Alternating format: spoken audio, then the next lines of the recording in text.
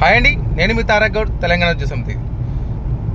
ఇది వచ్చేసి ఇప్పుడు ప్రస్తుతం ఉన్న కాలేజెస్, కౌన్సిలింగ్, ఫీ స్ట్రక్చరు, తర్వాత ప్రస్తుతం ఉన్న ఈ ఎడ్యుటెక్ కంపెనీస్ కావచ్చు, తర్వాత దాని యొక్క రియాక్షన్ ఎలా ఉంది, మార్కెట్ స్ట్రాటజీ ఎలా ఉంటుంది, పేరెంట్స్ ఎలాంటి నిర్ణయాలు తీసుకోవాలి, ఎలాంటి నిర్ణయాలు తీసుకుంటే మీరు మీ పిల్లలకి మంచి భవిష్యత్తుని, మంచి కోర్సుని, మంచి కాలేజ్ అందించడం అనే విషయం గురించి ఒక జస్ట్ 5 to 7 minutesలో కంక్లూడ్ చేస్తాను. మొదటగా ప్రస్తుతానికైతే తెలంగాణలో ఉన్న ఎడ్యుకేషన్ సంబంధించి ఇంజనీరింగ్ కాలేజ్ కావచ్చు, మిగతా కాలేజెస్ కావచ్చు, ఏ కాలేజీకి కూడా అఫిలియేషన్స్ అంటే గుర్తింపు అనేది ఈ సంవత్సరానికి 25-26కి అయితే ఇవ్వడం జరగలేదు. సో అది మంత్ ఎండ్కి వస్తుంది. సో అప్పటివరకు అయితే ఎటువంటి ప్రాసెస్ ఉండదు. రెండవది, గవర్నమెంట్ ముందున్న ఫీజు రెగ్యులేటరీ కమిషన్ ఏదైతే ఇచ్చిందో దాని మీద ప్రభుత్వం ఎటువంటి నిర్ణయం తీసుకోలేదు. అంటే ఏ కాలేజ్కి ఈ అకాడమీకి సంబంధించి ఎంత ఫీజు అయితే ఫిక్స్ చేశారన్నది ఎవరికీ తెలియదు. వీళ్ళు అడిగింది ఒకరి, సిఫార్సు చేసిన ఒకరి ఫీజు ఉంది. గవర్నమెంట్ యొక్క ఫైనాన్షియల్ ఫీజిబిలిటీ ఎలా ఉండబోతుంది అనేది దాని యొక్క నిర్ణయం ఆధారపడి ఉంటుంది. అప్పటి వరకు కూడా ఈ సందిగ్ధత అలానే కొనసాగుతుంది. మూడోది వచ్చేసి కౌన్సిలింగ్. ఇవన్నీ అంటే అఫిలియేషన్స్, ఫీ స్ట్రక్చర్ ఫైనల్ కాకుండా ఎలక్షన్ మనం ఏమంటారు, ఈ కౌన్సిలింగ్ షెడ్యూల్ అయితే ఇచ్చే అవకాశం లేదు.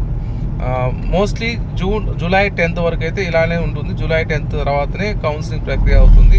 ఆగస్టు 14th లోపు ఫస్ట్ రౌండ్ కౌన్సిలింగ్ అయితే వస్తుంది. First round or second round JoSAA counselling నడుస్తుంది కాబట్టి సో అది ప్రిపేర్ అవ్వండి. ఎవరైతే ర్యాంకర్స్ ఉన్నారో మీరు ఎప్పుడైతే ఎంసెట్ ర్యాంక్ కొంత ఎర్లీగా వచ్చింది, ఎంసెట్ రిజల్ట్ అనేది ఎప్పుడు జూన్ ఎండింగ్లో అలా వచ్చేది, జూన్ 14th, 15th అలా వచ్చేది. ఒక 1 month బిఫోర్ వచ్చేసరికి మనకి అంటే ఏదో జరిగిపోతుంది అనుకుంటాం. కానీ ఇంజనీరింగ్ ప్రాసెస్ కానీ, బైపీసీ ప్రాసెస్ కానీ ఎప్పుడున్నా కానీ ఆగస్ట్ తర్వాత అంటే సెప్టెంబర్లో క్లాసెస్ స్టార్ట్ అవుతాయి. ఎప్పుడే వర్క్షాప్ మొత్తం సెప్టెంబర్లో ఉంటుంది. కాబట్టి పేరెంట్స్ హైరాణ పడి ఎక్కడ పడితే అక్కడ పోయి ర్యాంకర్స్ ఉన్నా కానీ, రిజర్వేషన్ ఉన్నా కానీ, ఫ్రీ సీట్ వచ్చే అవకాశం ఉన్నా కానీ ఏదో జరుగుతుంది, ఏదో నష్టపోతున్నాం అకాడమిక్ అన్నట్టుగా డబ్బులు ఆగం చేసుకుంటున్నారు. మీరు పోయి యూనివర్సిటీస్కి పోయి అన్ని డబ్బులు కట్టుకోవాల్సిన అవసరం లేదు, మేనేజ్మెంట్ తీసుకోవాల్సిన లేదు. ఎవరైతే ఎలిజిబిలిటీ ఉండి ర్యాంక్ ఉండి ఏదో కొంత ఫీజు రియంబర్స్మెంట్ అయ్యే అవకాశం ఉన్నప్పుడు కూడా అత్యుత్సాహంతో డబ్బులు కడుతున్నట్టు తెలుస్తుంది, చూస్తున్నాం కూడా. అది ఒకసారి గమనించండి. మీరు అవకాశం ఉంది కాబట్టి వెయిట్ చేయండి. ఎందుకంటే మీరు మొదటి ఈ క్లాస్ స్టార్ట్ అయితే ఆగస్టు 14th తర్వాత, ఇప్పుడు ఏమి జరగదు ఏ యూనివర్సిటీ కానీ ఏది కానీ. ఆగస్టు 14th వరకు అనేది క్లాసెస్ కమెంట్ చేయవు. మీ హైరాణ క్రియేట్ చేస్తే త్వరగా వచ్చి ఫీజులు కడతా అని చెప్పేసి కొంత హడావుడి చేస్తారు. హడావుడికి నమ్మి మీరు మోసపోవాల్సిన అవసరం లేదు. రెండవది వచ్చేసి ఇది కౌన్సిలింగ్ మేనేజ్మెంట్ సంబంధించి ఏదైతే ఎడ్యుటెక్ కంపెనీలు ఉన్నాయో, చిన్న యూనివర్సిటీ అని కాస్త ఫేమస్ అయినటువంటి మామూలు పెద్ద యూనివర్సిటీ కాదు, మూతపడ్డ కాలేజీని లేకుంటే ఏవో తీసుకొని మీ పిల్లలకి బంగారు భవిష్యత్తు ఇస్తాము, లేకుంటే జాబులు ఇస్తాము, మొదటి సంవత్సరం నుంచి మీకు ఇంటర్న్షిప్ ఇస్తామని చెప్పేసి ఏమంటారు హాస్టల్ కల్పించి అడ్మిషన్ చేస్తున్నారు. వాటికి ఎటువంటి గుర్తు లేదు. అవి నార్మల్ ట్యూషన్ పాయింట్స్. అమీర్పేటలో కోకోలలు, ఇలాంటి ఇన్స్టిట్యూట్ కోకోలలు ఉంటాయి. మీకు 100% ఒక రోజులో హిందీ నేర్పిస్తాం, ఒక 24 hours ఇంగ్లీష్ నేర్పిస్తాము. ఏమంటారు ఫాస్ట్ ట్రాక్ కోర్సులు ఉంటాయి, 1 weekలో మీకు రియల్ టైం జాబ్ ఇప్పిస్తాము. ఇలాంటి చెప్పి ఎప్పటి నుంచో ఉన్నాయి, దశాబ్దాలుగా ఉన్నాయి.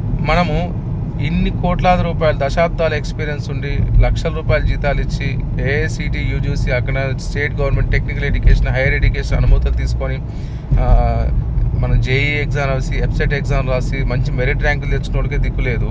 అంటే ఏ కాలేజీ కూడా మేము 100% జాబ్ ఇస్తాను ఎప్పుడు చెప్పుకోరు. ఎందుకంటే డిపెండ్స్ అపాన్ స్టూడెంట్ స్కిల్స్ ఉంటుంది, ఆ యొక్క కంపెనీ రిక్వైర్మెంట్ బట్టి ఉంటుంది, వీరి యొక్క నేర్చుకున్న కోర్సును బట్టి ఉంటుంది. పార్ట్నర్స్గా ఉన్నారు, వీళ్ళతో మేము పిల్లలకు టీచ్ చేపిస్తామని చెప్పి యూనివర్సిటీ వాడు తన యొక్క బ్రాండ్ ఇమేజ్ చెప్పుకోవాలి.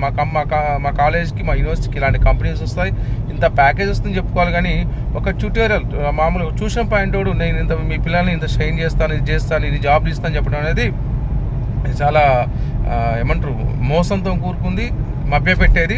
అది జరిగే పనిగా దేశవ్యాప్తంగా 10,000 మంది మెంటర్స్ని ప్రిపేర్ చేయడం మామూలు విషయం అండి. మామూలుగా దశాబ్దాలు ఉన్న పెద్ద కాలేజీలకు కూడా ఫ్యాకల్టీ దొరకని పరిస్థితిలో ఉన్నప్పుడు all of sudden last year వచ్చా లేదు ఈ సంవత్సరం అంటే ఏదో సుందర్ పిచ్చై నుంచి ఈయన మొత్తం అప్పటి నుంచి బిల్గేట్స్ కూడా ఈయన సాఫ్ట్వేర్ నేర్పించినట్టుగా వీళ్ళు చేస్తున్న బిల్డప్ అలా ఉంది.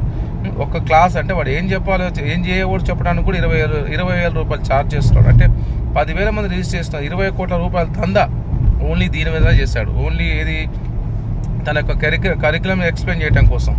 ఏదైతే మీ పిల్లలకి చెప్పడం కోసం ప్రైవేట్ ఇంటర్ కాలేజెస్ కావచ్చు, వాళ్ళకి కోట్లాది రూపాయలు ఇచ్చి డెమోలు ఇచ్చాడు. అంటే పిల్లల యొక్క మైండ్ సెట్లో రిజిస్ట్రేషన్ చేయొచ్చు. అంటే తను చేసే ప్రోగ్రామ్ ఇలా ఉండబోతుందని చెప్పి పిల్లల్ని మెంటల్గా ట్యూన్ చేసి ఇప్పుడు బిజినెస్ చేస్తున్నాడు.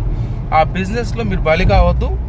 కాలేజీలు ఏమంటారు, అన్ని స్టాండర్డ్స్తో కనిపించే కాలేజ్ చాలా ఉన్నాయి, తెలంగాణ కావచ్చు, దేశంలో కావచ్చు. ఆ కాలేజ్ జాయిన్ చేస్తే మెరిట్ పిల్లలు ఉంటారు. ఎవరైతే జేఈ పర్సెంటేజ్తోనో లేకుంటే ఎంసెట్ ర్యాంక్తోనో వచ్చిన పిల్లలు ఉంటారు. మోర్ దెన్ 1 లక్ష 2 లక్షలు 3 లక్షల మంది రాసే పిల్లల్లో 10,000 ర్యాంక్ 20,000 ర్యాంకు లోపు వచ్చిన పిల్లలంతా కౌన్సిలింగ్లో పార్టిసిపేట్ చేస్తారు. వాళ్ళతో పాటు మీ పిల్లలు చదివితే 100% సక్సెస్ అవుతారు. అలాంటి మెరిట్ స్టూడెంట్స్ కోసం మాత్రమే కంపెనీస్ వస్తాయి.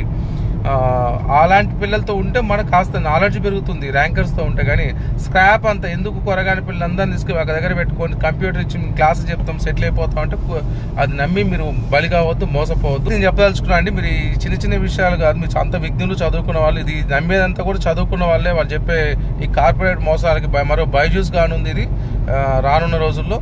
మీరు ఇలాంటి నమ్మొద్దు, ఎలాంటి ఎంటర్టైన్ చేయొద్దు. నేను మీ తారక్ గౌడ్, తెలంగాణ ఉద్యోగ సైనింగ్.